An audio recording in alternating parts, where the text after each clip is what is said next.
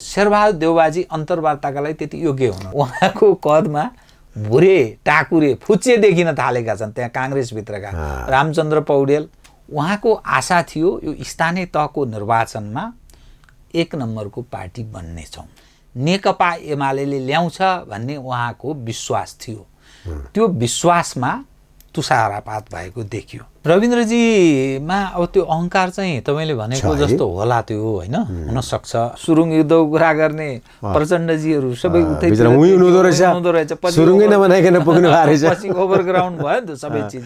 अझै पनि म बालेन शाहले जित्छ कि केशव स्थापितले जित्छन् कि अथवा सिर्जना सिंहले जित्छन्, अझै म टुङ्गोमा पुग्न सकेको छुइनँ। कि तिमीहरू सच्चिँदैनौ भने अर्को ठाउँमा प्रवेश गर्नुपर्ने बाध्यात्मक अवस्था सिर्जना हुन सक्छ भन्ने प्रारम्भिक सन्देश बालेन शाहको उपस्थितिले देखाउँछ। माओवादीलाई तुलनात्मक लाभ भएकै देखिन्छ। जसरी काङ्ग्रेसलाई लाभ छ त्यसको क्रेडिट निश्चय नै शेरबहादुरलाई जाने भयो। म माथि धोका भयो, गठबन्धनको लाभ हामीलाई किन भएन, हाम्रा मत चाहिँ लिए तर दिएनन्, धोका भयो भनेर उहाँले भन्नुभएको छ। प्रचण्डजीले पनि अघि अस्ति भनिसक्नु भयो काङ्ग्रेसले चाहिँ हामीलाई धोका दियो, हाम्रो मत चाहिँ लियो, हामीलाई चाहिँ मत दिएन। सायद अब भरतपुरको कुरालाई लिएर डराउनु भएको होला। स्थानीय तहमा तपाईँ देख्न सक्नुहुन्छ भयङ्कर ठुलो खर्च, धनराशि खर्च भएको छ। गैर राजनीतिक मानिसहरूको प्रबल उपस्थिति चुनावमा देखिन थालेको छ। अर्थात् काङ्ग्रेसलाई ठोक्ने विषय मात्रै उहाँले ल्याउनु भयो। अनि मैले सोधेँ तपाईँले त हाम्रो त उल्टो न्युज गयो, यो त बर्बाद गरिदिनु भयो, किन यो टिप्नु भएन तपाईँले, यो सबै टिप्नु पर्दैन थियो भन्दा उहाँले के भन्नुहुन्थ्यो भने आफ्नो खप्परमाथि आफैले बन्चरो हानिरहन्छ। भोलि साँच्चै मुलुक सङ्कटमा जाँदा विदेशीहरूले असहयोग गरे भने हामी खुट्टा टेक्न सक्ने अवस्थामा हुँदैनौँ। बालेन शाहले मानिलिनुहोस् जितेनन् नै भने पनि 50,000 40,000 नगाए भने नेपालको जुन नयाँ पुस्ता छ पुरानो पुस्तालाई दुत्कार्ने पक्षमा छ। उनीहरू करेक्सन आफूलाई सच्याउन उनीहरूले सकेनन् भने आउने चुनावहरूमा नयाँ पुस्ताले राजधानीबाट चाहिँ बढारी दिन्छन् भन्ने। त बालेन शाहको नेगेटिभ पक्ष भनेको एउटा र्यापर, एउटा इन्जिनियर, उनी आफ्नो ठाउँमा पपुलरै होला। मैले त हिजो मैले हिजो चाहिँ त्यति चिनेको व्यक्ति मैले चिने नाम पनि सुनेको छैन, किनभने ऱ्याप। नमस्ते, यो निर्वाचन एक्सप्रेसमा यहाँलाई स्वागत छ। हामी यतिखेर पनि सूत्र एचडीको स्टुडियोमै छौँ, तपाईँहरूलाई अपडेट दिइरहेका छौँ कि वर्तमान राजनीति, स्थानीय निर्वाचन, मत परिणाम अनि यहाँ भएका गतिविधिहरू, विजय हार र कहाँ के कस्तो अवस्थाका विश्लेषणहरू पनि प्रस्तुत गरि नै रहेका छौँ। आज मसँग यस्ता पाहुना हुनुहुन्छ जो सधैँ स्टुडियोमा बसेर अरूसँग सोध्नुहुन्छ के छ तपाईँको विचार, किन यस्तो भयो। तर आज मैले मौका पाएको छु उहाँलाई नै तपाईँको विचार सोध्न। वरिष्ठ पत्रकार जीवराम भण्डारीजी, स्वागत छ। भट्टजी धन्यवाद। आराम हुनुहुन्छ? बेस छु। आज सौभाग्यले म तपाईँ बस्ने ठाउँमा बस्न पाएको छु, बहुत खुसी लाग्यो। अनि तपाईँले वर्षौँदेखि बोलाइराख्नु भएको पाहुनाहरू बस्ने ठाउँमा तपाईँलाई मैले राख्ने मौका पाएको छु। सौभाग्य मलाई, मेरा लागि, वास्तवमा मेरो लागि सौभाग्य। अब पक्कै पनि यो तपाईँसँगको यो जुन कुराकानीमा अझ मैले केही नयाँ कुरा सिक्नेछु, ताकि भोलि यदि मलाई फेरि यो यात्रामा काम लाग्छ। कृपया। राजनीति, तपाईँ हामी यही राजधानीमै छौँ, तपाईँको उनी वर्षौँ वर्षदेखि यही राजधानी कर्मभूमि छ, मेरो पनि यही छ। के देख्नु भएको छ यो अहिले यो पछिल्लो पटक यो स्थानीय निर्वाचनको माहौललाई? स्थानीय चुनावको परिणामलाई म पनि नजिकबाट निहाल्दैछु। यद्यपि पूर्ण त्यसले सम्पूर्ण तस्बिर आइसकेको छैन। प्रारम्भिक हेर्दाखेरि के देखिन्छ भने यो पटकको चुनावमा शेरबहादुर देउबाजी अर्थात् नेपाली काङ्ग्रेसका सभापति, देशका प्रधानमन्त्री, उहाँलाई अलि टेवा पुर्याएको देखियो। स्थानीय तहको गठबन्धन चुनावी परिणामले उहाँलाई प्लस गरेको देखियो। माधव कुमार नेपालजीहरू नेकपा एकीकृत समाजवादीलाई अलि निराशाजनक त्यो तस्बिर देखा पर्छ राजनीतिक लाभको हिसाबले। तर भरपूर लाभ पुष्पकमल दाहालजीलाई अर्थात् नेकपा माओवादी केन्द्रलाई देखिन्छ स्थानीय तहको चुनाव। आशा गरे भन्दा तुलनात्मक घाटा केपी ओलीजीलाई देखिन्छ। अर्थात् उहाँले सायद प्रथम पार्टी, मेरो पनि यसै अनौपचारिक कुरा भएको थियो ओलीजीसँग, उहाँको आशा थियो यो स्थानीय तहको निर्वाचनमा 1 नम्बरको पार्टी बन्नेछौँ, अर्थात् सबभन्दा धेरै सङ्ख्यामा स्थानीय तहको निर्वाचनमा नेकपा एमालेले ल्याउँछ भन्ने उहाँको विश्वास थियो। त्यो विश्वासमा तुषारापात भएको देखियो। एक अर्को मधेस केन्द्री जुन पक्ष भनिन्छ त्यसमा जसपा र लोसपा, जनता समाजवादी पार्टी, लोकतान्त्रिक समाजवादी पार्टी, त्यसमध्येमा लोसपा निकै कमजोर रूपमा यसपटक देखियो, जो महन्त ठाकुरले नेतृत्व गर्नुभएको छ, र उपेन्द्र यादवले नेतृत्व गरेको जसपा त्यो अलिकति लाभमै छ। धेरै नोक्सान उसले बेहोरेको जस्तो देखिँदैन। भलै विभाजनको नोक्सान त भयो, त्यहाँ काङ्ग्रेसले केही लाभ लिइरहेको छ कतिपय ठाउँमा, अनि माओवादी केन्द्रले पनि लिएको छ केही ठाउँमा, एमालेको पनि उपस्थिति देखिएको छ, तर ऊ धेरै नोक्सान छैन। तर नोक्सानमा त छ भनेर मान्नुपर्छ, त्यो विभाजनको असर देखिया छ। अर्को पक्ष भनेको राष्ट्रिय प्रजातन्त्र पार्टी। राष्ट्रिय प्रजातन्त्र पार्टीमा एउटा नयाँ नेतृत्व आयो, युवा राजेन्द्र लिङ्गदेनजी र कमल थापाले अन्तिम घडीमा राष्ट्रिय प्रजातन्त्र पार्टी छोडेर राप्रपा नेपाल भन्ने उहाँले अलगै पार्टीको घोषणा गर्नुभयो। निर्वाचनमा खासै उपस्थिति त देखिएन, तर त्यो राप्रपालाई पनि त्यति लाभ उसले पनि लिन सकेको देखिएन। यो स्थानीय तहको निर्वाचनले यसलाई अलिकति मिनी जनमत सङ्ग्रहको रूपमा पनि मानिस लिन्छ नि, त त्यो हेर्दाखेरि यसको प्रभाव आगामी जो संसदीय निर्वाचन र प्रदेशको चुनाव छ त्यसलाई चाहिँ अब कस्तो प्रभाव पर्छ भन्ने एकातर्फ यसरी हेर्नुपर्छ। दोस्रो, देशको राजधानी काठमाडौँमा बालेन शाहको जो उपस्थिति देखिन्छ, बडा इन्ट्रेस्टिङ छ यो चाहिँ पोइन्ट है सर। बालेन शाहको उपस्थितिले के सन्देश दिन्छ भने नयाँ पुस्ता काङ्ग्रेस र कम्युनिस्टसँग उनीहरूले अख्तियार गरेको गतिविधिसँग नितान्त असन्तुष्ट छ।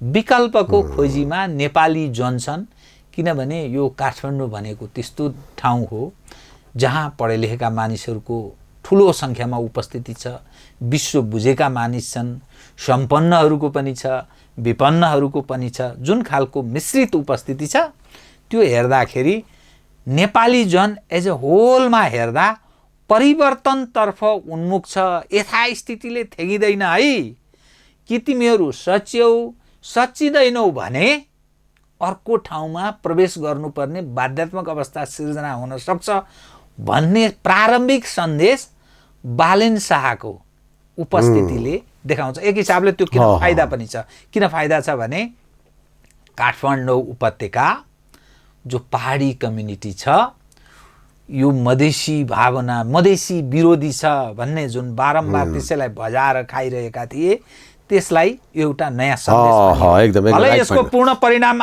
आइसकेका छैन, आउन बाँकी छ, तर प्रारम्भिक लक्षणले त्यतातर्फ सङ्केत गर्छ। कृपा हो एकदम सही भन्नुभयो। किनभने एउटा अब हुन त यो कति कुराहरू जायज छन्, कति कुराहरू जायज छन्, राजनीतिक रूपमा पनि प्रयोग गरिएको छ। अब नेवार कम्युनिटी भन्ने नै भन्यो भने नेवारलाई जातको रूपमा कन्भर्ट गरिदिनु भयो, किनभने यो राजनीतिक रूपमा प्रयोग गर्नको लागि हो। वास्तवमा काठमाडौँ, भक्तपुर, पाटनमा जो जन्मिए, हुर्किए, बढे ती सबै नेवार हुन् होइन। नेवारी भाषा, नेवारी संस्कृति, नेवारी परम्परामा जो छन्। वास्तवमा नेवार भनेको कुनै एउटा पर्टिकुलरली एउटै जात अथवा एउटै परिवारलाई भन्ने त त्यो छैन, कम्प्लिट एउटा स्टेटको रूपमा थियो। यस, ब्राह्मण, क्षेत्री, वैश्य, शूद्र। त्यही त तपाईँ पनि यही हुनु छ, तपाईँले पनि यति राम्रो अध्ययन गर्नु भएको छ।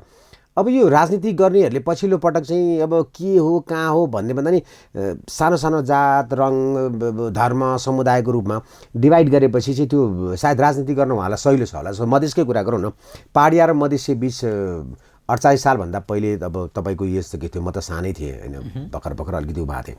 त्यतिखेर खासै पहाडिया, तराई अथवा यो शेर्पा यस्तो भन्ने खासै त्यति धेरै जातीय विषय थिएन, उठ्दैन। हो। पछि अब अहिले हेर्नुहोस्, अब जसपाकै कुरा गरौँ, लोसपा, अब उहाँहरू यो जसपा लोसपाको यसको धेरैवटा अर्थ बन्दो रहेछ। उहाँहरूको सायद नेचर अनुसार नै राखे होला कि टुट्नु फुट्नु फेरि जुट्नु, टुट्नु फुट्नु फेरि जुट्नु होइन। एउटा सरकार नयाँ बन्ने बित्तिकै उहाँ टुटफुट सुरु भइहाल्छ। अनि को जाने को नजाने यो उहाँहरूको अब स्वाभाविक जस्तै हो। अब यो फाइदाको अघि तपाईँले भन्नुभयो नेपाली कङ्ग्रेसले सबैभन्दा धेरै फाइदा लियो। काङ्ग्रेसलाई अहिले यसो हेर्दाखेरि भलै काङ्ग्रेस लोकप्रिय छैन। यदि तपाईँ अहिले पनि काङ्ग्रेस र यो 5 दलीय काङ्ग्रेस सहितको 5 दलीय जो गठबन्धन छ यिनले तालमेल नगरिकन चुनावी प्रतिस्पर्धामा गएको भए राजनीति अलग खालको तस्बिर देखा पर्न सक्थ्यो। तर तालमेल गरेपछि पब्लिकमा एउटा के सन्देश जान्छ भने अलग खालको चिजले मानिसलाई त्यो दबाब दिन्छ कि भोट कास्ट गर्ने बेलामा उसले सोध्छ। त्यसकारण त्यसको लाभ नेपाली कङ्ग्रेसलाई भएको छ। र तर कुनै लोकप्रिय भएर राम्रो काम गरेर त्यो अलि सिन्डिकेट जस्तो देखियो। यहाँ राजनीतिक दलहरू खास गरी दुईटा पार्टीको काङ्ग्रेस र कम्युनिस्ट नेताजीहरू नै हाम्रो नेपाली कङ्ग्रेसको साथीहरू नै भन्न के थाल्नु भएको छ भने एक्ज्याक्टली हाम्रो मत कति हो भन्ने पनि थाहा पाइएन। अब भले हाम्रो काउन्टिङमा नगरपालिका महानगरपालिका वडा गाउँपालिका हाम्रो धेरै आयो पछिल्लो समयभन्दा, तर एक्ज्याक्टली भोलि अब एक्लै लड्न पर्ने हाम्रो मत के त? हामीसँग त्यो सर्वेक्षण गर्नै पाएनौँ, हामीले त्यसको अध्ययनै गर्न पाएनौँ। त्यो यो चाहिँ कालान्तरमा चाहिँ नेपाली कङ्ग्रेसको राजनीतिको लागि चाहिँ यो ठुलो राजनीतिमा यो बेइमानी पनि हो। किनभने राजनीति त एउटा यस्तो ठुलो दर्शन हो, त्यो जुन विचार बोकेर हिँडिन्छ, एउटा सिद्धान्तले गाइड गर्छ र त्यसैको आधारमा म यो विचार बोक्ने मानिस, म यसरी बहुमत ल्याएँ भने, सरकार चलाउन पाएँ भने म यो विचारको आधारमा यो सिद्धान्तलाई मूल आधार बनाएर राजनीति जुन दर्शनबाट गाइडेड छ त्यसलाई आधार बनाएर म राज्य सत्ता सञ्चालन गर्छु अर्थात् राज्य म सञ्चालन गर्छु भन्ने जुन एउटा त्यो विहङ्गम त्यो उद्देश्यसहित अनि कोही बहुमतमा पुग्ने कोही अल्पमतमा पुग्ने जनताले विवेक प्रयोग गर्ने त्यो विचारवाद त्यो सिद्धान्त त्यसलाई आदर्श मानेर हिँड्नेहरूलाई मत दिने वा नदिने जनताले तय गर्दछ। तर यो त पुरै एउटा बेइमानीको चरम रूप देखिन्छ र यो खास गरी राजनीति गरिरहेका छैनन्। यो चाहिँ एक हिसाबले व्यापार भइरहेको सत्ता नीति सत्ता त्यस्तै प्रकृति जे नाम दिनुहोस् त एक खाले त्यो लाभको धन्दा सत्ता नै केन्द्रमा रहने विचारवाद सिद्धान्त त्यो राजनीतिका दर्शन पक्ष दार्शनिक पक्षहरू केही रहेन। यो खाली जसरी हुन्छ हत्याउने सत्ता हत्याउने यो मात्रै दृष्टिकोणका साथ हिँडेका देखियो। फेरि मलाई अघि एउटा फेरि तपाईँबाट मैले अलिकति फरक मेरो आफ्नो अध्ययन र अलिकति बाहिरको कुराहरूभन्दा फरक के मैले पाएँ भने जस्तो तपाईँले भन्नुभयो माओवादीलाई पनि फाइदा लाभ भयो अथवा नोक्सान के भन्दै हुनुहुन्थ्यो? नोक्सान भयो। माओवादी तुलनात्मक किन लाभमा गयो भने माओवादीले यति पनि ल्याउँछ भन्ने मानिसलाई आश लागिरहेको थिएन। तेस्रो शक्तिको रूपमा रहन्छ कि रहँदैन, तेस्रो शक्ति अर्कैले ग्रहण गर्छ कि, काङ्ग्रेस र एमाले बीच एउटा पहिलो अर्को दोस्रो हुन्छ भन्ने मानिसले अन्दाज गर्थे प्रारम्भमै। तर तेस्रो शक्ति को होला? माधव कुमार नेपालजीले नेतृत्व गरेको नेकपा एकीकृत समाजवादीको राजनीति भविष्य कायम रहला कि नरहला, यसरी मानिसहरू लेखाजोखा विश्लेषण हिसाब किताब गर्दै थिए। त्यो हेर्दाखेरि सङ्ख्यात्मक उपस्थिति चाहिँ यो प्रारम्भिक अवस्थामै छौँ अझै पनि हामी। यसको पूर्ण आउन त अझै 4-5 दिन लाग्छ। 5 वर्ष अगाडि 1 महिना लागेको थियो। त्यस कारणले अझै हेर्नै पर्छ। तर माओवादीलाई तुलनात्मक लाभ भएकै देखिन्छ। जसरी काङ्ग्रेसलाई लाभ छ त्यसको क्रेडिट निश्चय नै शेरबहादुरलाई जाने भयो। महाधिवेशनमा पनि उहाँले झन्नै पार्टीमा महाधिवेशनबाट 80% को हाराहारीमा उहाँको सेन्ट्रल कमिटी बनेको छ, उहाँको नेतृत्वमा छ। अरू उहाँको कदमा भुरे टाकुरे फुच्चे देखिन थालेका छन् त्यहाँ काङ्ग्रेसभित्रका। रामचन्द्र पौडेल जो अलि फरक राख्दछु, फरक धारण राख्छु, कता हो कता हराए त्यो अथवा उनीको पछि लागेको देखिन्छ। भुलिसक्नुभयो म कहाँ थिएँ, फरक थिएँ, कहिले फरक भएछु, के कुरामा भएछु, सायद अब किताब लेख्नु होला म यतिखेर यस्तो भएँ भनेर। माधव नेपालज्यू र झलनाथजीको जुन पार्टी छ समाजवादी होइन, यो तपाईँलाई लागेको थियो? तपाईँले अघि भन्नुभयो उहाँले चाहिँ अलिकति नोक्सान भोग्नुभयो भनेर। मलाई चाहिँ लागेकै थियो यति पनि आउँछ भन्ने त जनताले खासै मात्र के नै होला र भन्ने जस्तो भएको थियो होइन उहाँहरूको। त्यो नयाँ पार्टी जुन छ नि, तपाईँ विगतमा पनि हेर्न सक्नुहुन्छ यी कम्युनिस्टहरू जो छन् उनीहरू क्याडर बेस पार्टी मास बेस होइन क्याडर बेस पार्टी त्यो टाइपको हो। विगतमा पनि नेकपा एमाले विभाजन बेहोरिसकेको छ। वामदेवजीले नेकपा माले बनाउनु भयो तर टिक्न सक्नु भएन, थेगिनु भएन। र माधव कुमार नेपालजीले जुन प्रयास गर्नुभयो त्यो अलिक कठिन त कठिन छ, तर सत्तामा एज अ होलमा सबै पक्ष मिलेर एक ठाउँमा उभिएका हुनाले त्यो माधव कुमार नेपालजीलाई लाभ हुन पनि सक्ने ठाउँ त थियो। तर माधवजीले आज नै तपाईँले सुन्नुभयो होला सायद, म माथि धोका भयो र गठबन्धनको लाभ हामीलाई किन भएन, काङ्ग्रेस र माओवादी केन्द्रले उहाँको लाक्षणिक छ हामीलाई धोका दिए, हाम्रा मत चाहिँ लिए तर दिएनन्, धोका भयो भनेर उहाँले भन्नुभएको छ। तथापि यो गठबन्धन चाहिँ किन चल्छ भने बाध्यात्मक अवस्थामा उनीहरू छन् र अलि उत्साहित सायद पुष्पकमल दाहाल प्रचण्डजी र शेरबहादुरजी चाहिँ यो परिणामबाट उत्साहित छन्। जस्तो भनौँ न, यता प्रचण्डजीले पनि अघि अस्ति भनिसक्नुभयो काङ्ग्रेसले चाहिँ हामीलाई धोका दियो, हाम्रो मत चाहिँ लियो, हामीलाई चाहिँ मत दिएन। सायद अब भरतपुरको कुरालाई लिएर डराउनु भएको होला। अब किनभने उहाँले अस्ति अब भनौँ न आमसभामै गएर निर्वाचनको उसमै गएर भन्नुभयो कि रेणुले हारिन् भने देश दुर्घटनामा जान्छ भनेपछि भयङ्कर सेन्सिटिभ रहेछ, एकदम भनौँ संवेदनशील रहेछ यो राजनीतिमा चाहिँ रेणुजीले जित्नु अथवा भरतपुरको जित्नु। तर मान्छेले के अनुमान गरेका थिए हामीले यहाँ पाहुनाहरूसँग कुरा गर्दा पनि भने एमाले नै पहिलो हुन्छ अनि दोस्रोमा काङ्ग्रेस नै हो। अब तेस्रोमा चाहिँ कुन चाहिँ शक्ति आउँछ भन्ने कुरामा चाहिँ अलिकति कन्फ्युज थिए। माओवादीलाई त्यति स्वीकार सकेको अवस्था थिएन, माधव नेपालजीकोलाई त सम्झेका थिएनन्, राप्रपा आउँछ कि अथवा मधेसवादी दल पो बलियो भएर आउँछ कि भन्ने खालको थियो। रिडिङ त्यस्तै थियो मानिसको। तर एकदम कम्प्लिट आयो। तपाईँले त भनौँ न अहिलेका प्रधानमन्त्रीदेखि लिएर हिजोका प्रधानमन्त्री हजारौँ राजनीतिज्ञहरूसँग डिफ्रेन्ट टाइप भनौँ न सिद्धान्त आदर्शवादसँग आस्था राख्नुहुनेहरूसँग कुरा गर्नुहुन्छ, छलफल गर्नुहुन्छ। तपाईँले पनि यस्तै सोच्नु भएको थियो जस्तो अहिले जुन चलिरहेका थिए बजारमा कुरा? मैले पनि त्यस्तै सोचेको थिएँ। म एउटा कुरामा दुविधामा थिएँ, काङ्ग्रेस पहिलो हुन्छ कि एमाले पहिलो हुन्छ भन्ने बारेमा दुविधामा थिएँ। र तेस्रोको सवालमा पुष्पकमल दाहाल प्रचण्डजीले नेतृत्व गरेको पार्टीलाई चाहिँ पढे लेखेको समाज, अलि सम्भ्रान्त मानिसहरू बस्ने ठाउँमा भोट उहाँको पार्टीलाई खस्दैन भन्ने मलाई रिडिङ मेरो त्यस्तो थियो। तर घटनाले के देखाउँदैछ भने चितवन र कतिपय ठाउँमा माओवादी केन्द्रलाई अझै पनि भोट खस्दैछ।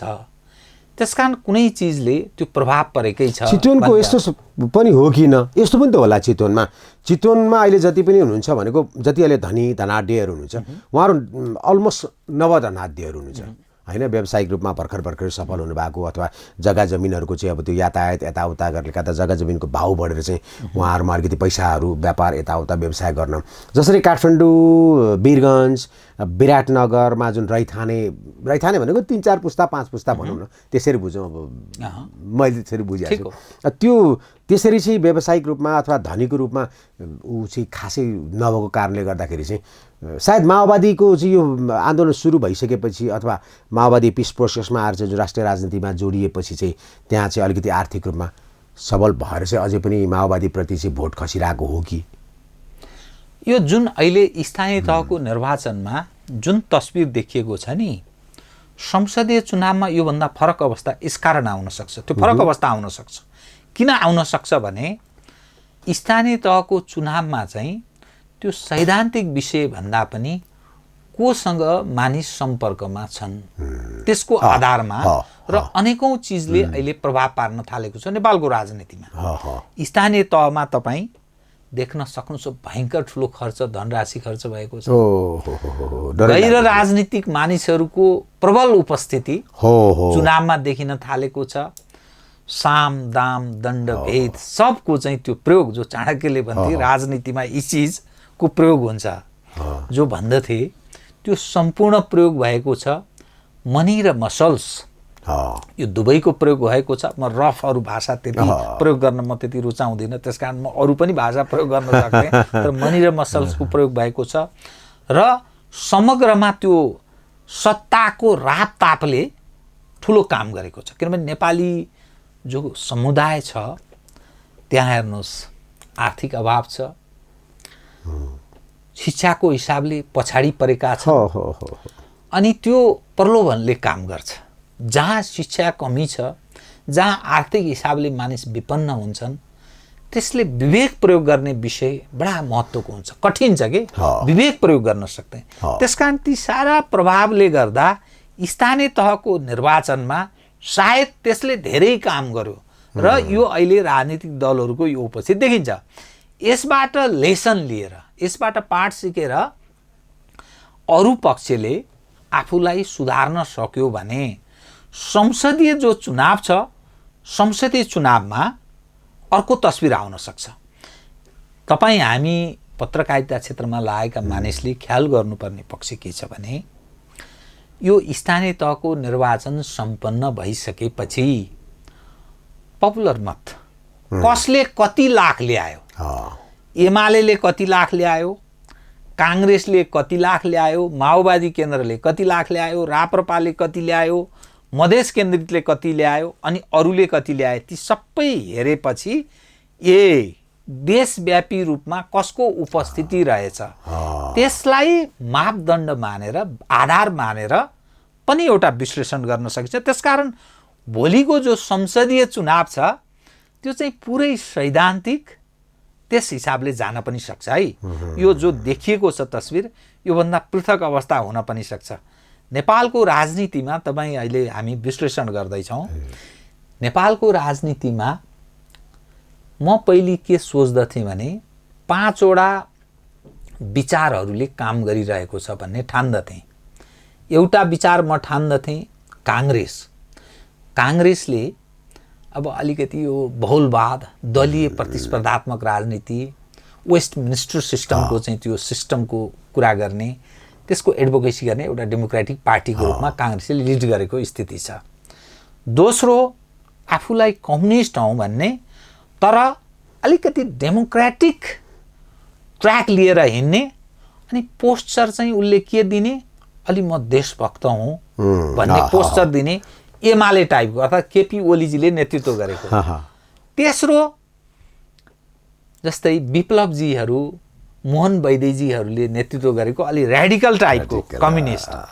र चौथो, तातो रगत अलि रेडिकल। चौथो, राप्रपा टाइपको जो परम्परा अलिकति कन्जर्भेटिभ भन्नुहोस् होइन, त्यो अलिकति संवर्धनवादी, संवर्धन, परम्परा, मूल्य, मान्यता, हिन्दू राष्ट्र, हिन्दू धर्मको कुरा गर्ने, राजाको कुरा गर्ने, संहितामाथि प्रश्न उठाउने, यी खालका एउटा पक्ष, परम्परागत पक्ष जो संवर्धनवादी भन्छ होइन।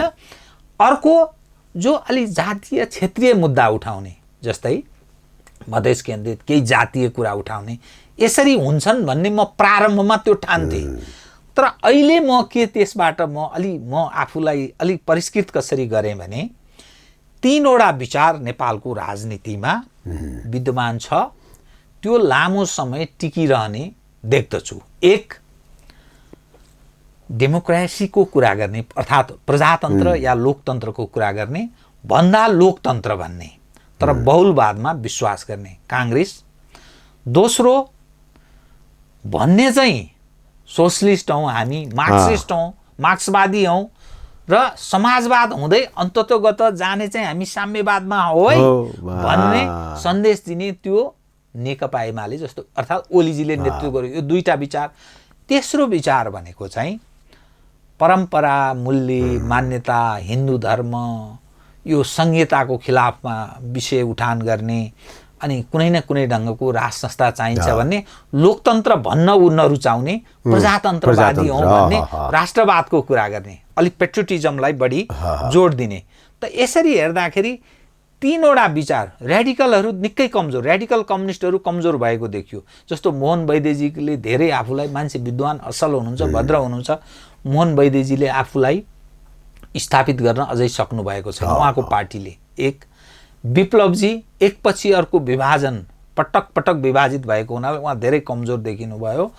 प्रचण्डजी रेडिकल पनि देखिनु भएन अनि यो ओलीजीको जस्तो अलिकति जेनरस उदार एउटा लिबरल रूपमा उहाँलाई मान्छेले विश्वास पनि गरेको छ। त्यसकारण उहाँ अहिले पनि सङ्कटमा हुनुहुन्छ र यो यसरी हेर्दाखेरि तीनवटा विचार नेपालको राजनीतिमा छ, त्यो कुनै न कुनै रूपमा रहिरहन्छ, जीवित रहन्छ भन्ने म ठान्दछु। हो एकदम एकदम एकदम। किन पछिल्लो समयको भइरहेको राजनीतिमा प्रचण्डजी नै हो सबैभन्दा कन्फ्युज भनौँ न। एक्ज्याक्टली के त बरु केपीजीले आफ्नो लाइन क्लियर गर्न भएको छ होइन। अब नेपाली कङ्ग्रेसको त आफ्नो लाइन त क्लियर छ सैद्धान्तिक रूपमा, तर पनि व्यवहारिक रूपमा अब अलग अलग नेचरको छ। अब राजेन्द्र लिङ्गदेनजीको त अब एकदम स्ट्रेट नै छ, एकदम सरल भन्दा सामान्य मान्छेले पनि बुझ्छन् उहाँको लाइनहरू। किनकि यो संहिताको आवश्यकता छैन, यो बेकारको खर्चको हो, सानो देश छ होइन। हिजो जुन परम्परा जुन संस्कृतिबाट हामी अगाडि आएको थियौँ त्यसैलाई चाहिँ केही मोडिफाई गरेर अगाडि जानुपर्छ, हिन्दू राज्य नै चाहिन्छ भनेर। बाहुनको छोराहरूले बरु सबै राजनीतिक पार्टीमा हेर्नु न ब्राह्मणहरू नै हुनुहुन्छ, उहाँहरू कसैले आँट गर्नु भएको छैन। तर एकजना लिम्बूको छोराले भनौँ न हिन्दू राज्यको लागि कुरा गर्नुभएको छ।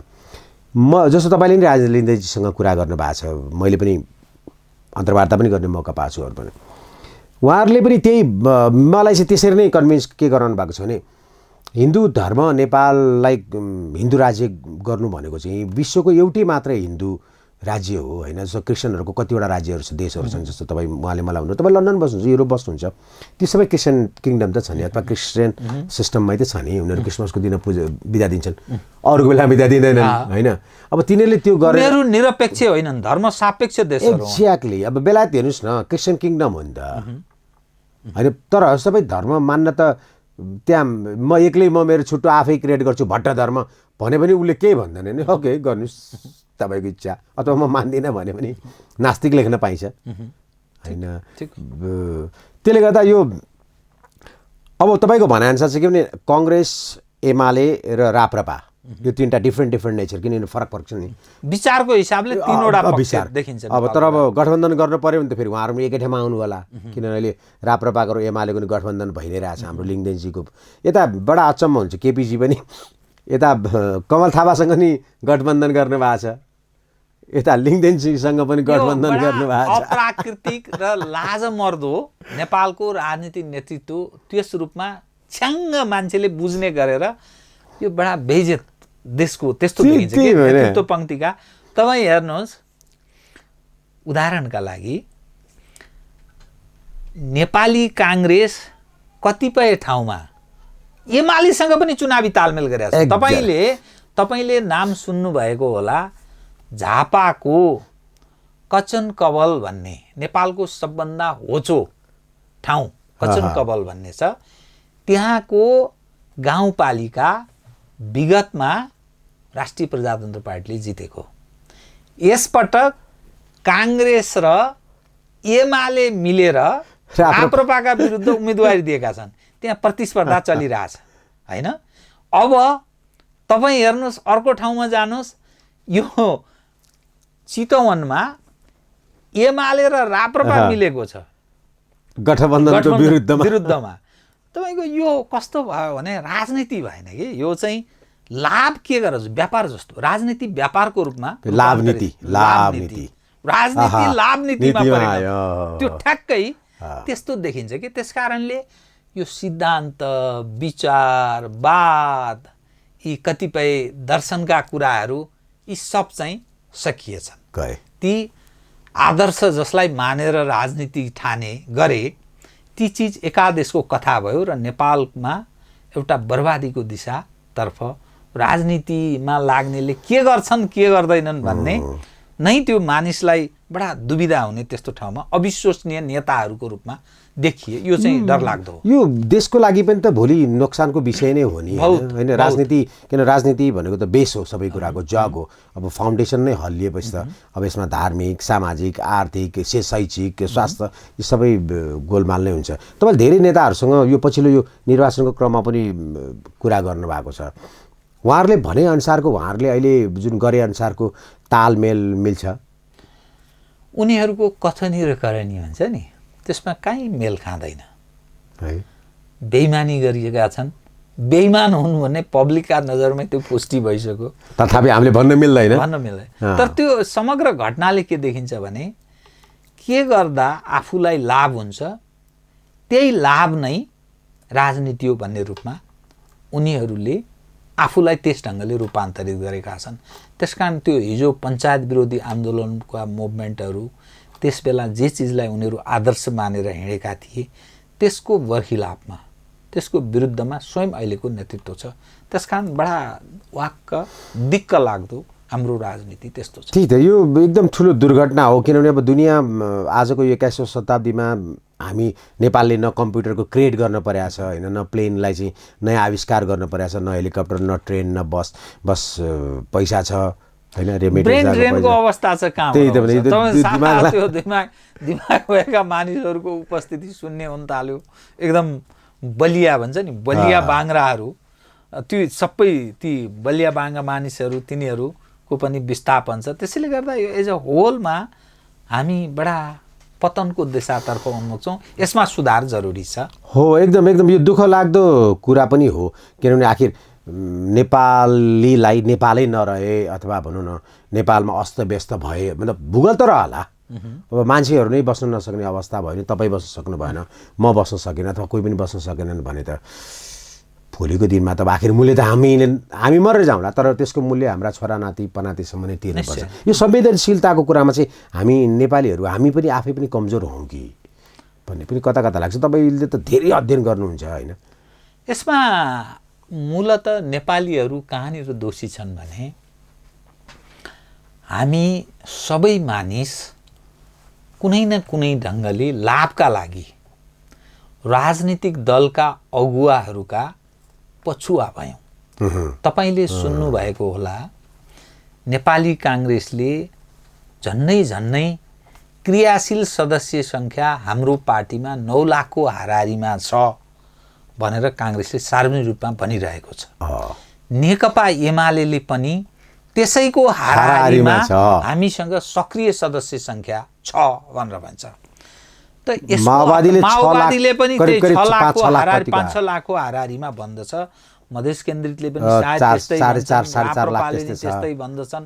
त यसरी हेर्दाखेरि एज अ होल मानिसलाई नै सबैलाई त्यो कार्यकर्ताको रूपमा रूपान्तरित गरेको हुनाले अनि त्यो मानिस जो मानिस कार्यकर्ता छ त्यसले विवेक गुमाउँछ। त्यसले तपाईँलाई म एउटा उदाहरण दिन्छु। म एक समय समकालीन साप्ताहिकको सम्पादक थिएँ। त्यस बेलाको सम्पादक भनेको कस्तो अवस्था हुन्थ्यो भने रिपोर्टर असाध्यै न्यून, दैनिक पत्रिकाहरू थिँदै थिएनन् र कम्प्युटरको यसरी अहिले डिजिटलको दुनिया लिथो गर्नु पर्दैन, त्यो एउटा डिजिटलको दुनिया थिएन होइन। कम्प्युटर त प्रारम्भ भइसकेको थियो। म पछिल्लो त्यो लिथोको पनि मलाई अनुभव छ, तर पछिल्लो समयको। अनि मनमोहन अधिकारी राष्ट्रिय सभागृहमा सम्बोधन गर्ने कार्यक्रम थियो।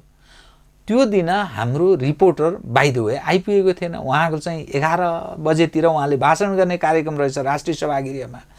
मैले एकजना हाम्रो एकाउन्टेन्टलाई मैले हराएँ, तपाईँ त्यहाँ जानुहोस्, मनमोहन अधिकारीजीले बोलेको कुरा तपाईँ टिपेर ल्याउनुहोस्, किनभने न्युज त बनाउन सकिन्छ त। उहाँले जे बोल्नुभयो त्यो टिप्दै ल्याएपछि त त्यसैलाई आधार बनाएर न्युज बनाइन्छ।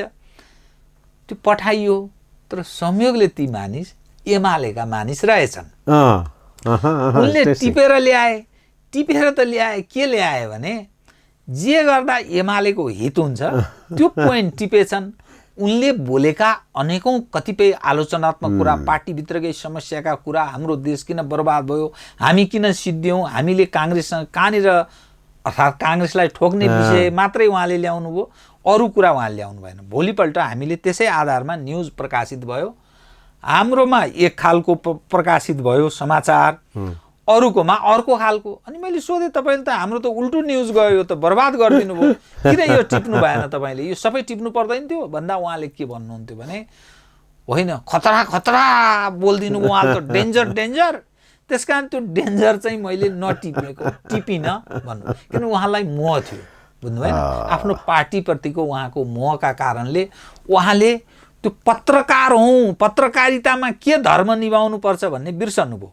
हो, नेपाली जन जबसम्म पार्टीको दायराभन्दा बाहिर उभिएर, अर्थात् अलि अग्लो ठाउँबाट शिखरमा उभिएर हेर्ने अवस्थामा जबसम्म पुग्दैनन्, स्वतन्त्र भूमिका जबसम्म नेपाली नागरिकले आफूलाई उभ्याउन सक्दैनन्, तबसम्म पार्टीको दायरामा लागेको मानिसले विवेक प्रयोग गर्न सक्दैन।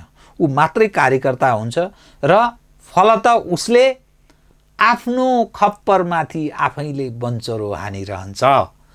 परिणाम जो दल तपाईँ देख्दै हुनुहुन्छ, 32-33 वर्षदेखि यही पार्टी, यही नेतृत्व निरन्तर चलिरहेको छ।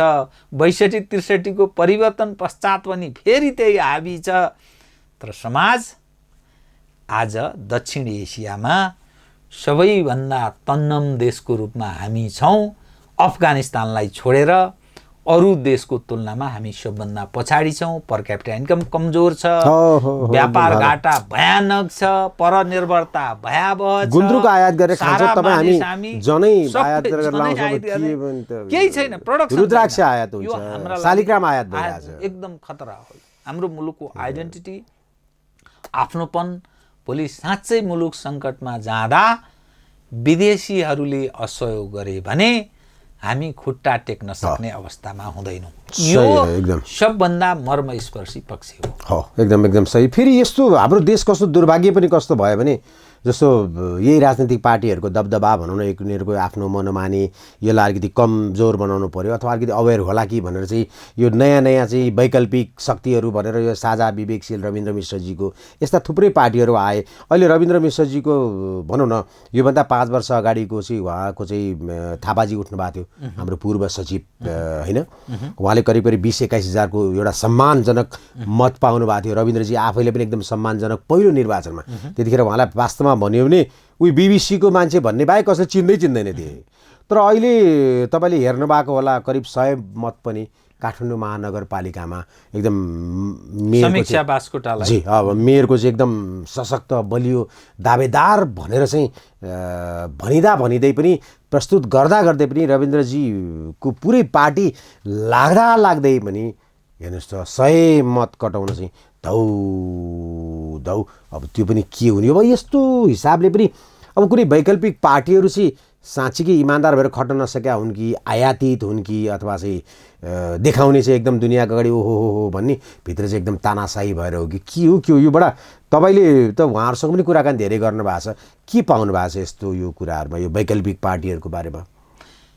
नेपाली जनले चाहिँ यथास्थितिको विकल्प चाहिँ खोजेको छ हेर्नुहोस् कि, तर त्यो विश्वासयोग्य र यसले चाहिँ जित्छ है भन्ने जुन कन्फिडेन्स हुन्छ नि, मानिसलाई विश्वासको वातावरण, त्यो सिर्जना गर्न नसकेको परिणाम हो। एक, तपाईँले रविन्द्र मिश्रजीको कुरा गर्नु, रविन्द्र मिश्रजी खारिँदै एउटा विकल्प तय गरेको चाहिँ देखिन्छ। तर उहाँले जब यो उहाँको पार्टीभित्र उहाँमाथि कहाँ प्रहार भयो, असहयोग उहाँलाई भयो भने जब उहाँले सङ्घीयतामाथि प्रवेश गर्नुभयो। सङ्घीयता अनुपयुक्त, सङ्घीयता यो मुलुकका लागि जरुरी छैन, यो सिधै खारेज गरिदिए हुन्छ भन्ने एक विषय। दोस्रो विषय, हिन्दू धर्मको बारेमा, धर्मका सवालमा जनमत सङ्ग्रहमा जाउँ, जुन प्रश्न उहाँले उठाइदिनु भयो नि, त्यसपछि त्यो पार्टीभित्रको अतिवादीहरू, त्यति मात्र कारण होला, त्यो पक्षले असहयोग गर्यो। किनभने नेपाललाई धर्मनिरपेक्ष बनाउने, हिन्दू राष्ट्र खारेज गराउनका लागि जुन तागत नेपालको राजनीतिमा सक्रिय छ, त्यो तागत चान्चुने छैन। हेर्नुहोस्, त्यो तागतले नेपाली समाजमा विद्यमान स्थितिमा इन्फर्मेसन र टेक्नोलोजीको पनि भयङ्कर प्रयोग गर्दछ। त्यो अलिकति पढे लेखेको पनि छ, वेस्टर्न सोसाइटीबाट गाइडेड पनि छ, लाभमा पनि छन्। त्यसकारणले ती सारा पक्षले मेरो विश्वास, मेरो रिडिङमा रविन्द्र मिश्रजीलाई असहयोग गर्यो, फलत त्यसले उहाँलाई ड्यामेज गर्यो। तर रविन्द्र मिश्रजी यसमा थेगिन सक्नुभयो। भोलि आफूलाई यो विषय अझ प्रखर ढङ्गले उठान गर्नुभयो भने बन्न सक्छ। अनि जस्तो अब अहिलेको परिस्थितिमा हेरौँ न, 5 वर्ष अगाडि 20,000 मत आएको भनौँ न एटलिस्ट, त्यो त उहाँहरूको रिजर्भ रहेछ, मतलब उहाँले मन जितेको भोट रहेछ, अहिले 100 पनि पुग्न सकेका छैन। त्यस्तै अरू धेरै वैकल्पिक छन्, जस्तो हाम्रो रमेश खरेलजीको चाहिँ सुशासन पार्टी, अहिले मैले अघिको अपडेटसम्म हेर्दाखेरि एक ठाउँमा उहाँको मेयर कि उपमेयरमा उम्मेदवार छन्, अहिलेसम्म 1 मत छ कि, जबकि अब आधा मत लगभग गनिसकिया छ, 1 भोट छ होइन। अब यो यसको मैले भन्न खोजेको कुरा के छ भने वीरगञ्जमा एउटा वडा अध्यक्षमा उहाँको जित्यो भनेर मैले कता यसो छ्यास देखाएको थिएँ सुशासनको। ए ल, त्यो पनि राम्रै सुरुवात भयो। रविन्द्र मिश्रजीको साझा विवेकले त जहाँसम्म लाग्छ अहिलेसम्म त्यस्तो कहीँ रेकर्ड राखिने सकेको अवस्था छैन। मैले भन्न खोजेको समग्रमा के भने, तपाईँले अध्ययन गरेर तपाईँले अनुभव गरेर चाहिँ जुन गर्नुभएको छ कि नेपाली जनता परिवर्तन चाहन्छन् होइन, यो सधैँ यही यिनीहरूकै यो यथास्थितिवादीबाट चाहिँ गुज्रिन चाहन्नन्, तर अर्को विकल्पलाई पनि स्वीकार्न सकेका छैनन् भन्ने छ। जब तपाईँले कुरा गर्नुहुन्छ नि रविन्द्र मिश्रजीलाई चाहिँ अब धेरै साना मिडियाहरूले चाहिँ के, म जस्ता सानो मिडियाको साथीहरूले तपाईँ जस्तो मेन स्ट्रिमको लागि चाहिँ होइन होइन, के भन्नुहुन्छ भने उहाँहरूलाई चाहिँ भाउ दिनुहुन्न, वास्ता गर्नुहुन्न होइन, अनि तपाईँहरू जस्तो अलिकति गनेको चुनेको, अलिकति पब्लिकले धेरै हेर्ने, अलिकति हाई प्रोफाइल भएको ठाउँमा चाहिँ बढी जानुहुन्छ, अरू मान्छेहरूसँग पनि त्यो धेरै कुराकानी गर्नुहुन्न, अलिकति बलियोसँगै ठुल्ठुलासँग चाहिँ मात्र बढी सामिप्यता राख्नुहुन्छ, अनि सामाजिक सञ्जालहरूमा चाहिँ निकै ठुल्ठुला आदर्शको कुरा गर्नुहुन्छ। इन रियालिटीमा चाहिँ उहाँ पनि एक किसिमको सामन्ती हो र ब्रिटिस भनौँ न बेलायती अथवा युरोपियन उहरूको चाहिँ एउटा गेम मात्र हो भन्ने आरोप लाउँछन्। तपाईँले कतिको पाउनु भएको छ, बुझ्नु भएको छ? रविन्द्रजीमा अब त्यो अहङ्कार चाहिँ तपाईँले भनेको जस्तो होला त्यो होइन, हुनसक्छ। अब मसँग त मेरो त मित्र पनि हो, म निरन्तर यसो हामी छलफल पनि गर्छौँ, विषयहरूका बारेमा पनि कुरा गर्छौँ। तर रविन्द्र मिश्रको पछिल्लो कदम हेर्दा चाहिँ उहाँ पराजित हो जस्तो मलाई लाग्दैन।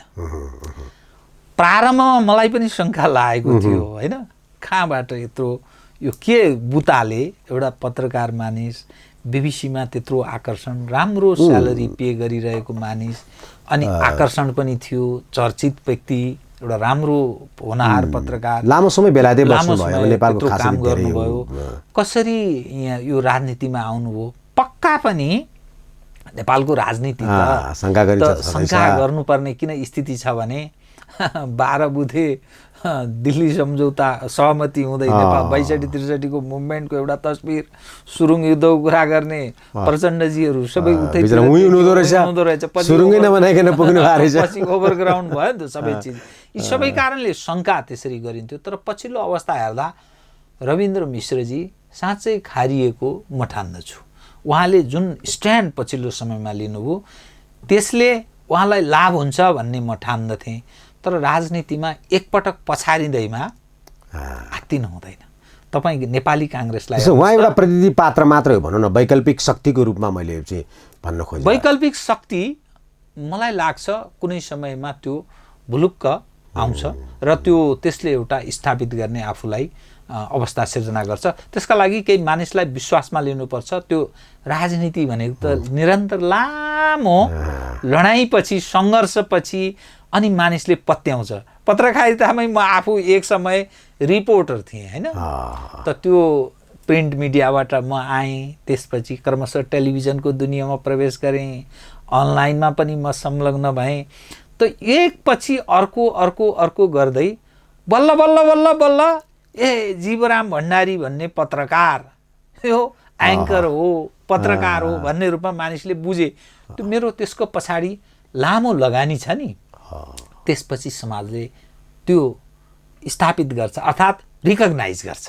त्यो अवस्थामा सायद उहाँले पनि सोच्नुपर्छ। हतोत्साहित रविन्द्रजी हतोत्साहित हुनु हुँदैन नभएको। मलाई धेरै साथीहरूले चाहिँ जुन पहिला उहाँहरूको 5 वर्ष अगाडिको कुरा भनौँ न, उहाँले जसरी उहाँहरूको बारेमा जति हुन्थ्यो, जस्तो अहिले बालनजीकै भनौँ न, अहिले जस्तो बालनजीको छ त्यतिखेर उहाँहरूको थियो कि काठमाडौँमा वैकल्पिक शक्ति होइन, एकदम रविन्द्र मिश्रजी। म आफै पनि थिएँ, तर अहिले मैले त नभेटेको धेरै वर्ष भइसक्यो। हामी पहिला लन्डनमा त प्रायः भेटिरहन्थ्यौँ। अब हेर्नुहोस् न, राजधानीमै छौँ, यही निर्वाचन एक्सप्रेसमा होइन, दाजुभाइ कुरा पनि गर्ने मौका पाएको छौँ। एउटा मिठो कुराकानी सेयर पनि भइरहेछ। मैले धेरै कुरा तपाईँबाट लिइ पनि रहेको छु, गेन पनि गरिरहेको छु। यो बालेन शाहजीको जुन बढ्दो यो लोकप्रियता भनौँ न, अघिसम्म हेर्दाखेरि लगभग 12,000मा उहाँ हुनुहुन्थ्यो, करिब 6000को हाराहारीमा पुग्न हाम्रो केशव स्थापितजी कोसिस गर्दै हुनुहुन्थ्यो। करिब 5000को हाराहारीमा सिर्जना सिंह जोशी पुग्ने कोसिस गर्दै हुनुहुन्थ्यो। त्यसपछि मदन दास श्रेष्ठ, त्यसपछि सुमन साइमी, अनि त्यसपछि अर्को एकजना गरी भनौँ न एक मतै नपाउने पनि 30-35 जना मेयरको उम्मेदवार हुनुहुँदो रहेछ। कसैले 2 मत, कसैले 3 मत, कसैले 4 मत, कसैले 15 मत, कसैले 21 मत, अनि विवेकशीलको त्यही मैले हेर्दा त्यस्तै 80 मत जति कति 80-81 कति पुगेको थियो। के हो आएको यो राजनीति हो कि के हो के हो? यसमा मेरो आफ्नो विवेकको कुरा गरौँ। 1,90,000 झन्नै मतदाता छन् होइन, मत खसेका 97,000 1,97,000 मतदाता छन् है कि, मतलब मत खसेको छ राइट। त्यो अब अझै पनि म बालेन शाहले जित्छ कि केशव स्थापितले जित्छन् कि अथवा सिर्जना सिंहले जित्छन्, अझै म टुङ्गोमा पुग्न सकेको छुइनँ। तर यसो सरसर्ती हेर्दा रुझान भन्छ नि, त्यो ट्रेन चाहिँ त्यो बालेन शाहतर्फ आकर्षित हुँदैछ। बालेन शाहले मानिलिनुहोस् जितेनन् नै भने पनि 50,000 40,000 नगाए भने नेपालको जुन नयाँ पुस्ता छ, पुरानो पुस्तालाई दुत्कार्ने पक्षमा छ, उनीहरू करेक्सन आफूलाई सच्याउन उनीहरूले सकेनन् भने आउने चुनावहरूमा नयाँ पुस्ताले राजधानीबाट चाहिँ बढारी दिन्छन् भन्ने छ। त्यस रूपमा बुझ्नुपर्छ।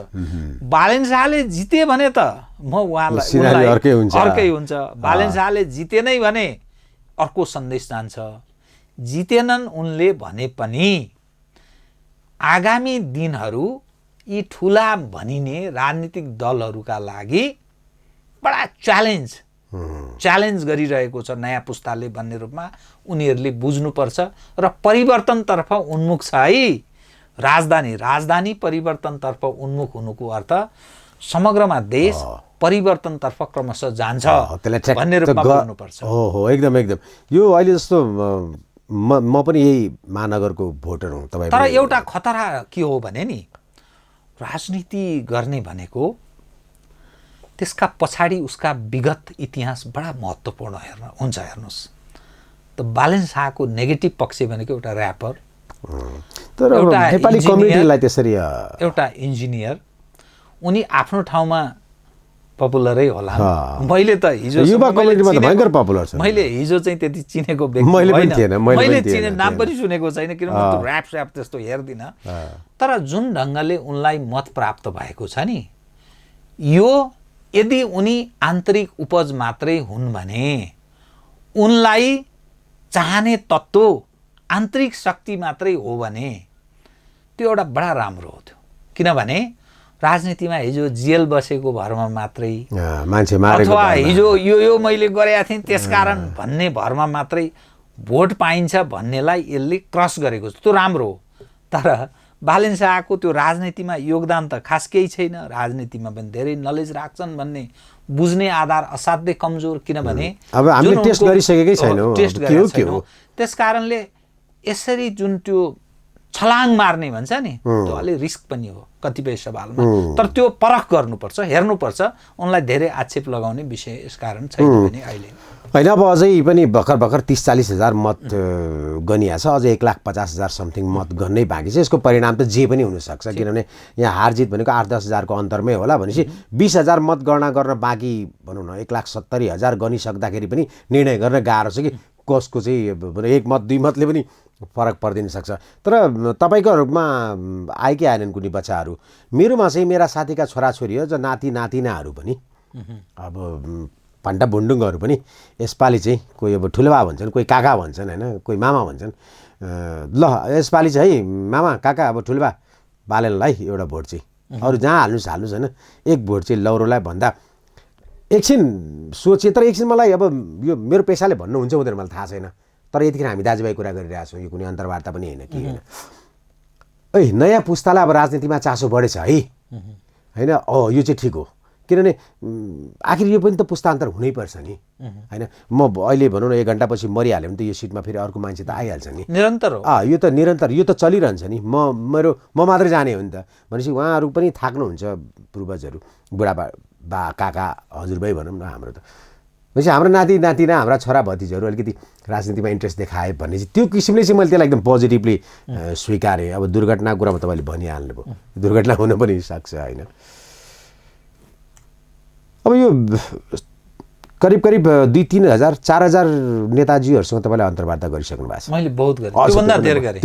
मैले 10,000 भन्दा बढी मैले, किनभने मैले यति धेरै टेलिभिजनमा म दिनको एउटा अन्तर्वार्ता लिने, म चाहिँ 15-16 वर्षदेखि अन्तर्वार्ता लिइरहेको छु। दिनको एउटा भनेपछि वर्षमा 365 मा फेरि साप्ताहिक अर्को अलग्गै फेरि हुन्थ्यो। यसरी हेर्दाखेरि वर्षमा झन्डै 400 म अन्तर्वार्ता लिन्थेँ होइन। त 400 अन्तर्वार्ता लगभग लिनुको अर्थ तपाईँ 15 वर्ष इन्टु 400 गर्नुहोस् न, मेरो अन्तर्वार्ता कति भयो होला। तपाईँले गिनिज बुकमा रेकर्ड राख्नलाई लेख्नु भएको छ? होइन, त्यो मैले त्यसरी छैन। त्यसरी जो म चाहिँ के छ भने, म अन्ततोगत्वा म आफू मालिक होइन, म आफैले लगानी गरेर कुनै टेलिभिजन प्रसारण भएको छैन। म त काहीँ न काहीँ म त पेट छ, आफ्नो पेसा हो। त्यसकारणले जहाँ मैले काम गरेँ त्यहाँ मालिक त सबैको मालिक त एउटै। त जहाँ मैले काम गरेँ त्यो त्यहीँको पुँजी भयो। ती चिजहरूलाई मैले युट्युबबाट पाउन सकिन्छ। तपाईँले काम गरेको रेकर्डमा त पाइन्छ नि। एक समय थियो जस्तो नेपाल टेलिभिजनमा म थिएँ नि, नेपाल टेलिभिजन मैले 6 वर्ष काम गरेँ। तर त्यस बेलाको त्यो थिएन, युट्युबको सिस्टम क्यासेटमा ठक्क लगेर गर्ने, अनि त्यो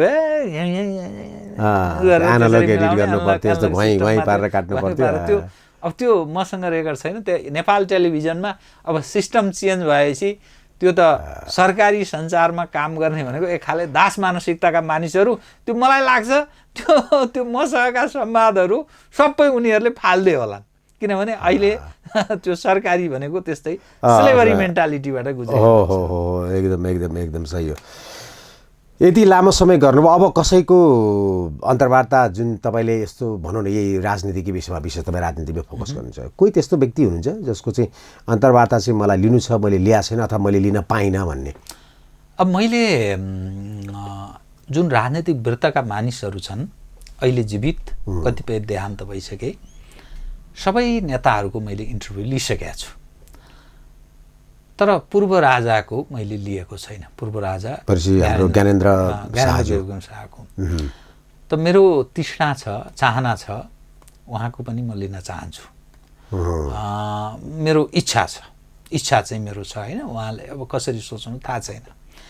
त अरू सवालमा सालाखाला अब शेरबहादुर देउबाजी अन्तर्वार्ताका लागि त्यति योग्य हुनुहुन्न, प्रब्लम छ, उहाँको पनि मैले ल्याएको छैन। तर उहाँसँग मेरो राम्रै छ, मेरो भेटेको छु, धेरै कुरा भएको छ। तर उहाँको अन्तर्वार्ता लिएर के दिने, के सन्देश दिने? त अरू चाहिँ विज्ञप्ति पढ्दै हुन्छ, क्लियर हुन्छ कुरा। अरूको कसैको मैले बाँकी छैन। र यो मानिसको चाहिँ मलाई लिनुपर्छ भन्ने त्यस्तो पनि छैन। तर म निरन्तर मेरो प्रयास के गर्छु भने, म टेलिभिजनमा म भेराइटी पस्कने प्रयास गर्छु। एक दिन एक खाले, अर्को दिन अर्को खाले, जो पब्लिकको इम्पोज चाहिँ म त्यो दर्शकलाई जबरजस्ती लाद्ने प्रयास चाहिँ म गर्दिनँ। तर अलिकति समाजले जे आवश्यकता ठान्दछ, मलाई जे लाग्दछ, म कानुन र पत्रकारिताको म विद्यार्थी हुँ नि, त्यस कारणले मलाई लागेको कुरा पब्लिकले सायद यो रुचाउँछ भनेपछि त्यस्तै मानिसको छनौट गर्दै अलि नयाँ नयाँ मानिसहरूलाई म दर्शकका सामुन्ने पस्कने म प्रयत्न गर्छु। पछिल्लो यो उम्मेदवारहरूसँग तिनैजनासँग गर्नुभयो तपाईँले? हाम्रो काठमाडौँका केशवजीको त मैले हेरेँ। म सिर्जनाको मैले गरेँ। मैले केशवजीसँग चाहिँ मेरो कुरा उम्मेदवारभन्दा पहिलेको गरेँ। मैले केशवजीको गरेको छु। पहिल्यै गर्नुभएको छ यो उम्मेदवार गर्नुभएको छैन? किनभने उहाँको एकदम रस छ, दौडधुप छ। त अब उहाँ चाहिँ जित्नु होला, जितेपछि पनि म गर्छु, हार्नु होला, हारेपछि पनि म गरौँ। हारेपछि उहाँ आउनु होला नआउनु होला उहाँको कुरो हो होइन। त्यो ठिक छ। अब त्यो उहाँ पहिला पनि यो चुनाव हो, उहाँहरूले बुझ्नु भएको छ, हामीले भन्दा नि बढ्दा हार जितको महत्त्व उहाँलाई। जो यसपालिको जुन यो मदन दासहरू मैले सबैसँग गरेको छु। समीक्षा बास्कोटा, मदन दास, यी मैले यसो सरसर्ती हेर्दा जस्तो त्यो समीक्षा बास्कोटा क्षमतावान मलाई मैला लाग्यो होइन। तर मैले मत चाहिँ सुनेको प्राप्त अब मैले थाहा सुनेको अब तपाईँको त साथी नै हुँदो रहेछ रविन्द्र मिश्रजी होइन, हाम्रो त अब दाइहरू हुनुहुन्छ उहाँहरू। तर मैले के सुनेको भने पार्टीभित्रै पनि उहाँको मत चाहिँ एकदम कम छ अनि उहाँ एकदम तानाशाही रूपमा एकदम सामन्ती रूपमा भन्नु चाहिँ सायद शब्द ठिक होइन, थाहा छैन, दाजुभाइको कुराकानीमा उहाँ चाहिँ लाद्न खोज्नुहुन्छ। बाहिर एउटा कुरा गर्नुहुन्छ होइन, देखाउने कुरा एउटा गर्नुहुन्छ, भित्र गर्ने काम चाहिँ अर्कै छ। उहाँले बढी लाद्न खोज्नुहुन्छ। त्यसले गर्दा चाहिँ बिस्तारै बिस्तारै त्यहाँका मान्छेहरू चाहिँ एकदम साझा विवेकशीलबाट बिस्तारै बिस्तारै हट्दै गएका हुन्। उहाँले चाहिँ आफ्नो आचरण परिवर्तन नगर्ने अथवा साझा विवेकशीलले चाहिँ अर्को लिडर नछान्ने हो भने चाहिँ यो अब अगाडि बढ्नलाई खोइ त्यस्तै त्यो फेसियल भन्छ नि। अब यसो हेर्दा अब रविन्द्र मिश्रको जस्तो त्यो पर्सनालिटी अरूको त्यो पार्टीमा छैन होइन। र उहाँसँग विमति जनाउने जो मानिस छन् ती पनि त्यो बजारले त्यति रुचाउने छन् भन्ने लागेन। किनभने उनीहरूले जो विमति जनाए अर्थात् विद्रोह गरे तिनले आफ्नो अस्तित्व त कहीँ देखाउन सकेनन् नि। रविन्द्र वैकल्पिक शक्तिको रूपमा भनेर चाहिँ आउनु भएको पार्टीहरू नै अब मर्ज हुने फुट्ने अनि त्यसमा पनि अझ फुट्ने भनौँ, बरु कमसेकम मर्ज हुनुभन्दा पहिले अलग अलग काम गरिरहेको थियो। जस्तो उज्जवलजीको एउटा छुट्टै एउटा थापाजीको बित्नुभयो उहाँ होइन, उहाँले एउटा राम्रो टिम बनिसकेका थियो भनौँ, विवेकशील। उहाँले अब रन्जु दर्शनालाई उठाउनु भयो, लगभग 20,000 त्यतिखेर पनि मत ल्याएको थियो। रन्जु दर्शनाले यसपटक मैले देख्दै थिएँ मत माग्ने भन्दा पनि प्रेम माग्नेतिर हुन्छ वैवाहिक जीवनमा। सृजना सिंहलाई नै उनले सघाइन् भन्ने मैले हेरेँ त्यो। किनभने सृजना सिंहको त्यो आफ्नो उ भयो। तर अब यसको अर्थ के भने घटनाले मानिसलाई स्थापित गर्छ, तर त्यसलाई चाहिँ निरन्तरता दिन नसकेपछि त्यो आफै समाप्त हुन्छ। यही आखिर सबै पेसामा त्यही त रहेछ नि। अब हुनु न तपाईँ 34-35 वर्ष निरन्तर लागिराख्नु भएको छ, यदि तपाईँले रोक्नु भएको भए त त्यो तपाईँले हिजोको कुरा बिर्सिहाल्थ्यो होइन। हामीलाई जन्म दिने बाआमालाई त बिर्सिन्छौँ होइन, हाम्रो बाआमाको श्राद्ध त उहाँ हामीलाई पण्डित ल्याएर भनिदिनु पर्छ होइन, है तिथि हो है बाबु, बाको तिथि आमाको तिथि भनेर। यो सायद संसार यस्तै होला। यो तपाईँलाई धेरै धेरै धन्यवाद, खुसी लाग्यो कमसेकम तपाईँ यहाँ आउनुभयो। कमसेकम एकछिन भए पनि गैर राजनीतिज्ञ व्यक्तिसँग मनका कुरा आफूले भन्न पाएँ, मनका कुरा सुन्न पाएँ। भट्टजी मलाई जुन अवसर दिनुभयो, तपाईँ बडा रमाइलो ढङ्गले तपाईँमा वाक्कला पनि बडा राम्रो रहेछ। एउटा टकसो सञ्चालकमा कुन क्षमता हुनुपर्छ त्यो क्षमता मैले तपाईँमा पाएँ। यो सूत्र बहसमा मलाई जुन मौका दिनुभयो यसका लागि म तपाईँलाई हार्दिक धन्यवाद दिन चाहन्छु।